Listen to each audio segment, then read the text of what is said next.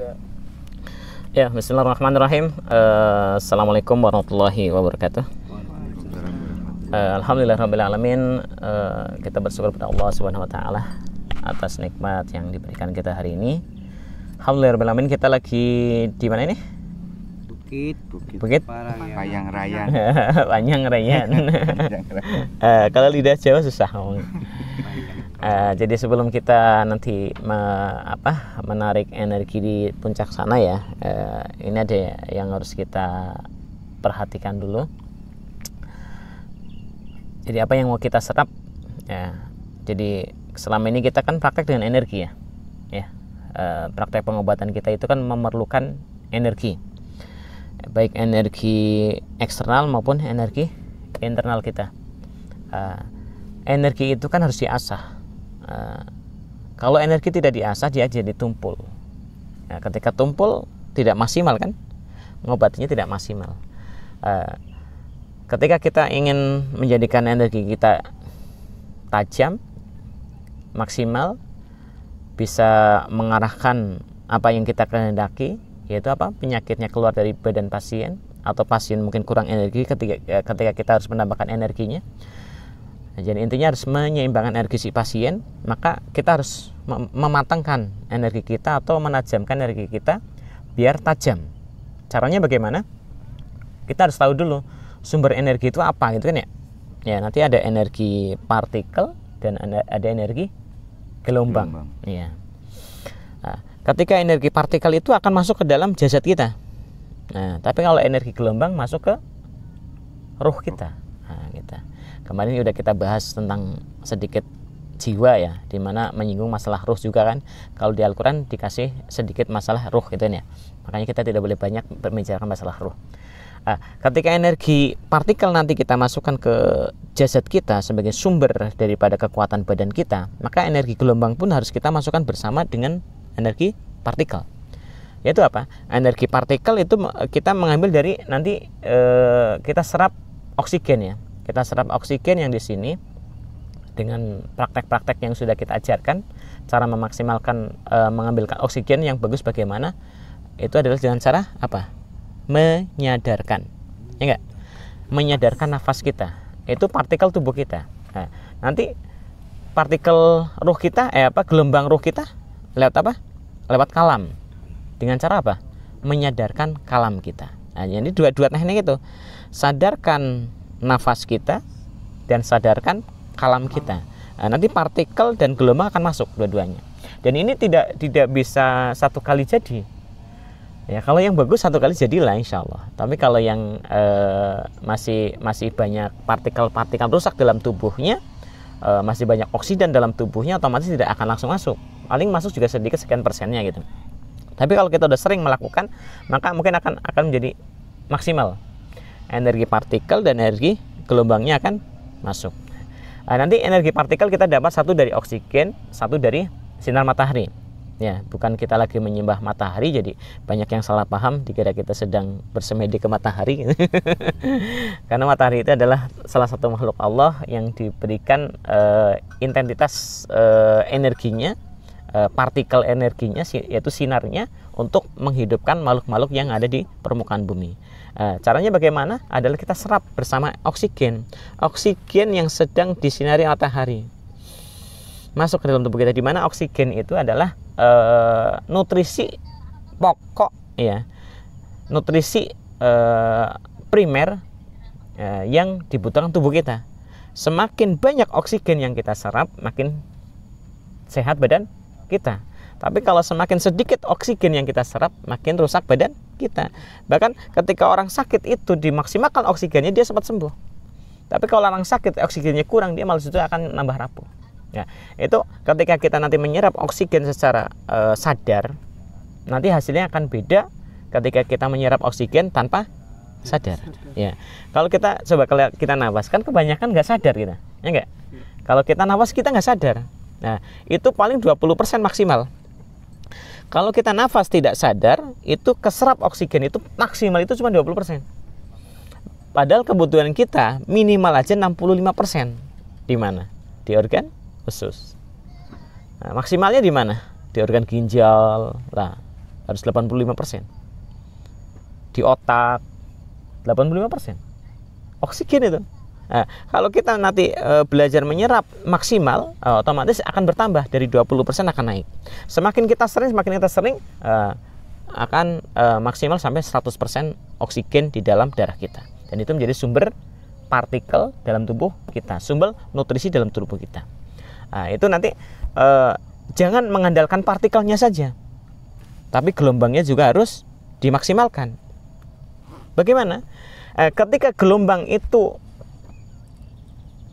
harus dimaksimalkan dalam tubuh kita, yaitu dengan cara apa? Menyadarkan kalamnya. Sini aja, sini. Menyadarkan kalamnya. Coba selama ini kita sadar kalam itu kapan? Sadar kalam lagi sholat, sadar nggak? Enggak. Kadang sadar, kadang enggak, kan ya?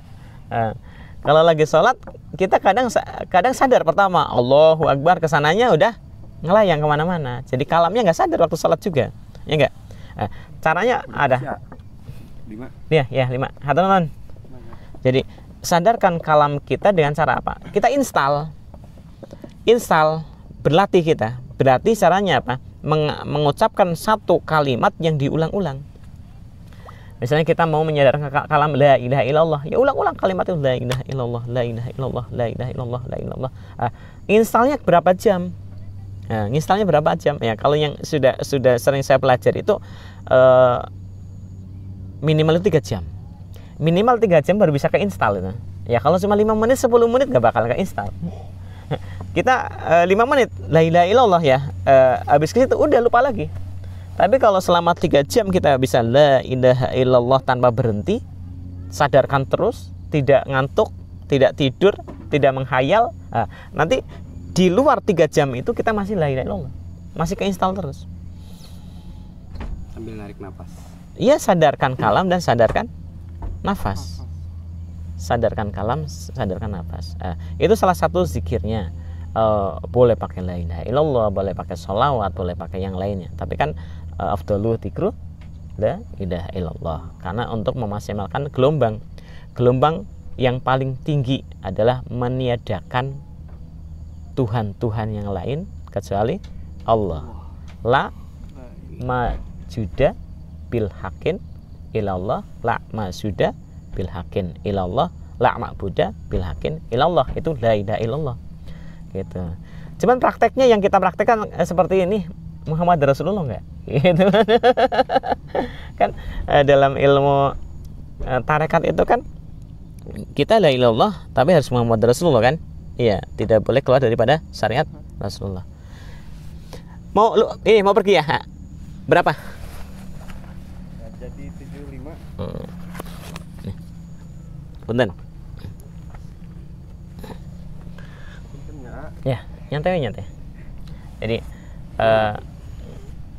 ketika kita menyadarkan nafasnya, prakteknya seperti tadi, yaitu apa? Hatur nuhun, jazakallahu khair. Ya, mempraktekkan seperti tadi, yaitu menarik, kemudian kita buang. Ya, boleh kita menahan nggak?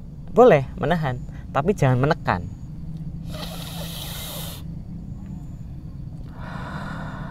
Seperti itu, jangan ditekan. Kenapa coba nggak boleh ditekan? Kalau ditekan, suhu di dalam ruangan itu akan makin panas. Terusin aja. Iya, boleh tahan, tapi nggak ditekan. Tahan boleh, tapi tidak ditekan, tidak tekan ke dalam gitu. Kan kalau di ilmu pernafasan bela diri itu kan ditarik, tahan di perut. Iya. Itu fungsinya apa? Untuk memanaskan. Ketika panas, energi itu akan terkoneksi. Nah, ini yang kadang jadi bukan salah sih, cuman kadang jadi ada salah program. Bukan sesatnya, jadi salah program. Ketika inti energi di dalam itu terbakar net gitu, maka energi yang di luar yang sifatnya panas, materialnya panas, dia akan masuk. Siapa tuh? Siapa? Yang materialnya panas? Jin. Jin setan ya. Jin setan kan materialnya panas. Dia akan masuk. Ya, tapi kalau kita menarik kemudian hanya menahan, tidak menekan, itu akan aman.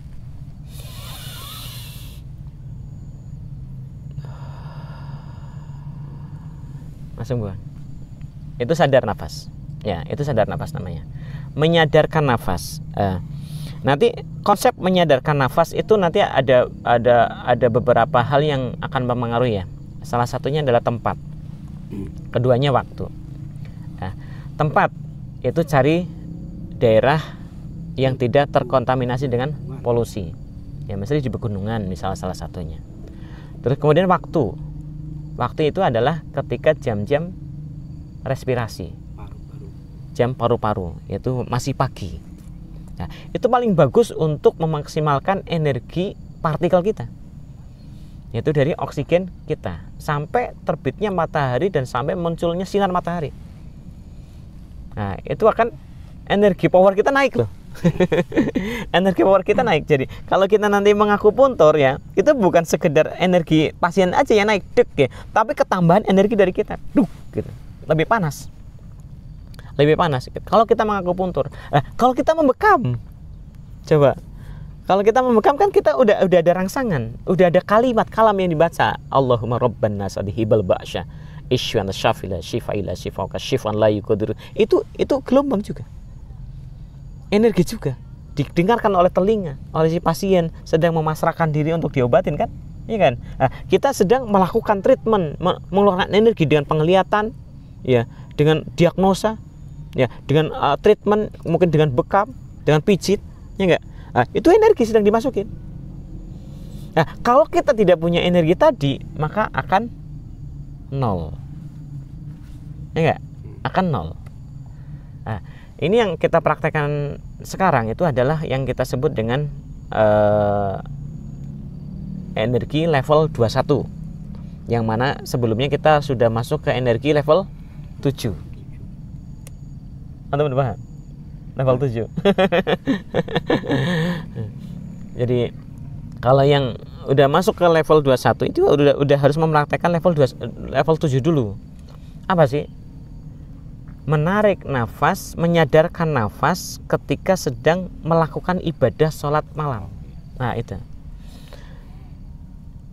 Keluar dari syariat enggak? Enggak. Yang disebut enggak keluar dari syariat apa? Ada contohnya dari Rasulullah. Ya enggak? Ketika Rasulullah sholat lail itu, kata Siti Aisyah, Rasulullah itu tidak pernah menyambung ayat. Dari saat ayat pertama ke ayat kedua itu ada jeda nafas. Dan nafasnya panjang, kata kedengeran.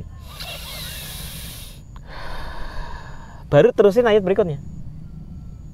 Makanya lama banget. Makanya lama banget. Dari satu ayat ke ayat yang lain itu disadarkan nafas kita, kemudian sadarkan kalam kita. Misalnya Bismillahirrahmanirrahim, gitu kan? Nah, buang nafas, tarik lagi. Alhamdulillahirabbil alamin. Tarik lagi. Nah, buangnya waktu lagi berucap nggak apa-apa. Yang penting kita sadar, ya, sadar. Jadi nggak ngantuk sholat tahajud itu. Sholat lail itu nggak ngantuk, nggak berhayat. Nah, itu nginstal namanya. Itu lagi menginstal sholat kita yang kita sebut dengan level 7. Tersalah mau disebut apa, cuman kalau di konsep spot kita disebut level 7. Menyadarkan kalam dan nafas kita ketika sedang sholat lail. Nah, itu lagi nginstal itu. Lagi nginstal badan kita agar nanti apa? Ketika dalam kehidupan di siang harinya sampai malamnya itu kita ingat Allah terus. Bahkan ketika sholat fardu yang biasanya nggak khusyuk jadi khusyuk. Karena sudah diinstal malamnya. Itu level 7. Kapan sih sholat lail? Yaitu ketika bangkitnya organ paru-paru. Agar lebih maksimal. Karena kalau masih antara jam 1, jam 2 itu masih detoksifikasi tubuh. Tubuh masih memerlukan untuk pembuangan racun. Nah, selesai jam 3 itu udah selesai tuh. Detoksifikasi udah selesai. Kita bangkit melakukan sholat lail dengan menyadarkan kalam dan menyadarkan nafas. Di sana akan maksimal. Maksimal energi kita akan masuk dengan dibantu dengan gerakan apa tak? Pertama, berdiri itu adalah elemen api, gerakan ruku itu elemen udara, gerakan sujud itu elemen air, ya kan? Gerakan salam itu elemen logam. Iya. Gerakan duduknya elemen tanah. Nah, 5 elemen itu akan hidup. Nah, ketika 5 elemen itu sudah hidup mengalir menjadi sebuah energi dari nafas dan kalamnya, itu akan masuk ke semua sel-sel tubuh kita. Itu nutrisi. Jadi nanti hidup badan kita itu, partikel yang masuk dalam tubuh kita itu tidak mengandalkan makanan dan minuman saja. Kita bisa sehat dengan minuman, kita bisa sehat dengan makanan, tapi ujung-ujungnya makanan dan minuman itu kan busuk. Berarti badan kita cepat busuk nggak? Badan kita cepat busuk nggak? Karena makanan dan minuman juga busuk. Badan kita mengandalkan makanan dan minuman, otomatis badan kita akan busuk. Ya, tapi kalau badan kita mengandalkan oksigen dan mengandalkan kalam, padahal dua-duanya itu bisa mewakili makanan dan minuman. Bisa mewakili. Kita bisa hidup tanpa makan dan minum asalkan partikel itu 100% masuk. Iya, kan oksigen itu kan mengandung mineral juga. Mengandung air, mengandung nutrisi, mengandung hidrogen, mengandung macam-macam banyak zat yang dibutuhkan oleh tubuh. Ya enggak? Ketika tidak minum, tidak makan pun sebenarnya badan kita masih bisa hidup. Ketika bisa memaksimalkan oksigen. Apalagi oksigen itu hidup dengan kalam. Hidup di atas hidup. Ya enggak? Iya. Hidup di atas hidup. Kita bisa hidup dengan Allah terus. Allah maha hidup kan? Lah kita hidup di atas hidup. Allah maha hidup. Cuman kita nggak maha hidup kan? Harus kembali ke Allah gitu. Ya. Nah, itu ketika melakukan level 7. Nah, level 21 tidak menggunakan gerakan. Apa sih? Mengkosongkan. Mengosongkan. Mendiamkan. Nah, nanti karena ketika yang kita sadarkan hanya nafas dan kalam, maka yang lain kosong. Mana yang kosong? 1. 9 lubang kita. Coba 9 lubang kita mana? 1, 2, 3, 4, 5, 6, 7, 8, 9. Di bawah kan 2. Ya. Kalau kita beraktivitas misalnya, ya otomatis kita pakai kan mata ya, mulut ya, kuping ya, ya kan? Atau mungkin kita lagi buang hajat, kepake tuh 2 lubang di bawah. Ya enggak? Nah, tapi kalau kita diam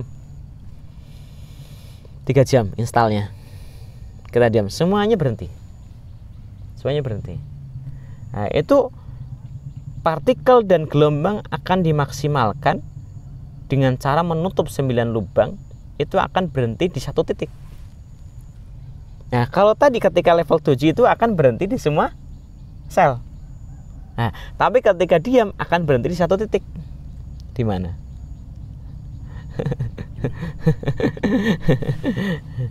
Di kekosongan kita. Di kekosongan kita. Di mana titik kekosongan itu? Di energi. Orang kuat itu orang yang diam.